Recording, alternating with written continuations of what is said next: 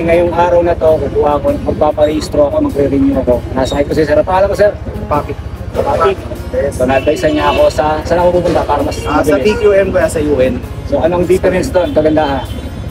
One-stop shop yun eh. Kumbaga, sa simula pa lang ng process, sila na mag-aasikaso hanggang matapos. So, yun. After ibabasa si Sir sa Sampalo, diretso ako sa TQM para mag-rehistro.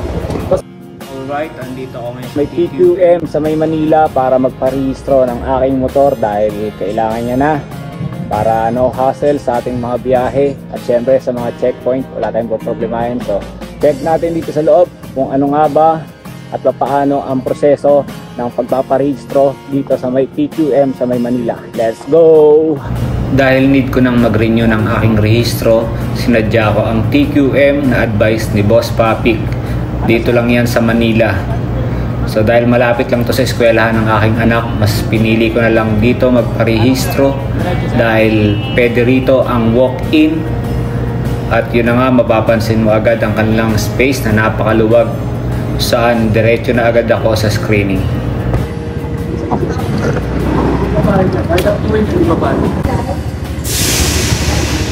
Ano yan, naka-steady light pero lumiliwanag pagka pinipindot siya.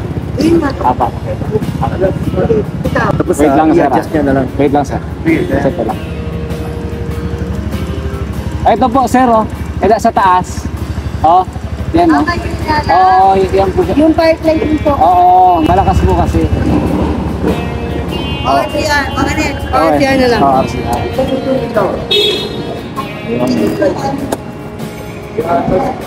So, oras natin is 11:38.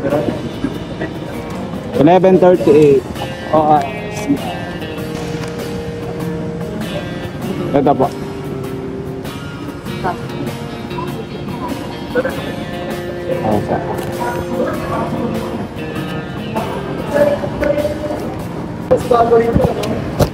Yan lang, sir. Okay, sir. Cellphone wallet, sir. Helmet, pakidala pa iwan ng susi. Iwan ng susi. Okay, sige. Cellphone wallet, sir. Pakidala pa iwan ng susi. Iwan po ang susi. Nagpadala na ng susi. So, actually po nag-vlog ako ito, di ba? Pwede na.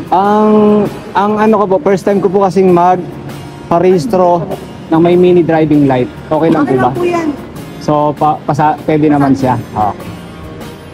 So, ano pong gagawin ko next? Waiting na lang po tapos login kayo sa counter. Saka, Login kayo, tapos magpunta kayo sa cashier para bayaran. Okay. Pero antayin niyo muna yung tawag ng numero. Okay po, sige po. Salamat. Okay po ba? Pag-send lang. Dahil first time ko lang na pumunta rito sa TQM para magparehistro, medyo na-amaze ako sa kanilang place dahil mas advanced to compare sa ibang emission center. Okay, right now, andito ako sa may TQM sa may Manila para magparehistro. Waiting sa akin number. Then dito talaga makikita mo na one-stop shop siya. So maraming salamat kay Boss Papik na nagdagdag sa akin na dito pumunta. So hopefully matapos na siya ngayon. So punta ako rito 11:38. So tingnan natin kung ilang oras ako matatapos. Bakit po dinadala din yung unit? Yung ano po, sir, yung na po nila. Para? Tapos po, titik nila pag na-inform na po.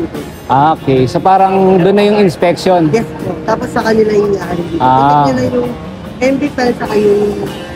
Ano yung mga grounds para ma-reject yung pagpaparehistro ko today? Depende po sa ORCR saka sa... Kunyari yung sa... Yung mga ilaw, yung busina. Pero po sa inyo yung MDL okay yun. Habang naghihintay ka, makikita mo rin dito ang mga instruction kung saan step by step kung anong kailangan mong gawin at kung ano yung mga kailangan kung ikaw ay magre-renew ng iyong rehistro. Dito sa TQM, kapag pinasok na ang iyong motor, dito na gagawin lahat ng pag-inspection, pag-emission sa iyong motor.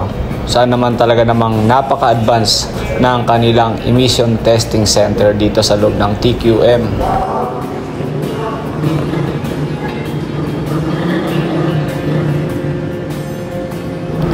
At kung approve na ang iyong motor sa inspection at emission, ready na sa next step kung saan ikaw ay magbabayad na sa kanilang cashier. 87 po. Ay. 87 po. Yes po, good morning, number 87, 560. 560. Recon po sir, Ah? may recon po. 60 pesos. Opo. 1, 2, 3, 4, 560. Number 87.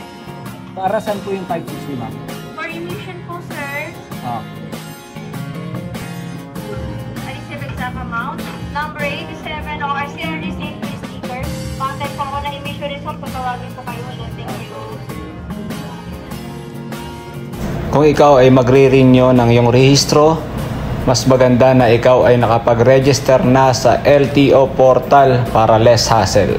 At dahil ang LTO ay tumatanggap lamang ng online payment, need mo dapat na may laman ang iyong GCash. So okay na, nakuha ko na.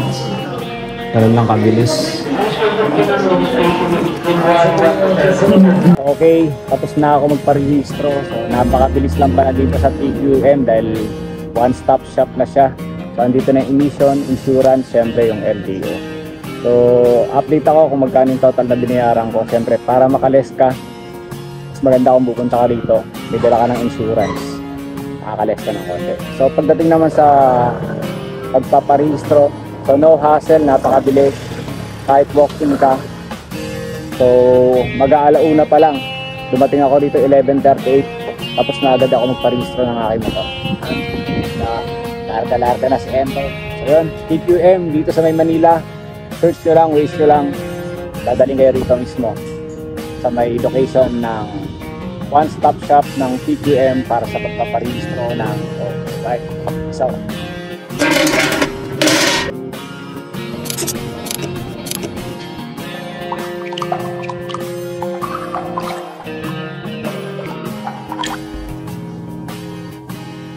Steer Premium Lubricant.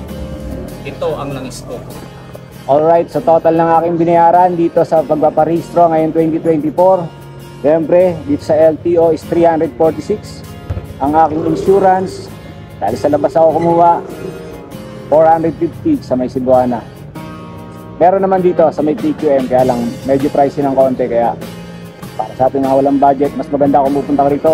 Meron ka ng insurance. Sabar tayo, 346 kay LTO, 450 sa aking insurance. At siyempre, nasa 560 yung emission. So medyo, kung compare sa iba, medyo mataas ng konti. Pero, convenient wise, mabilis, hindi ka nalalabas. Sasuggest ko sa inyo ang TQM dito sa may Manila kung kayo ay magpaparehistro. Alright, that's it for now.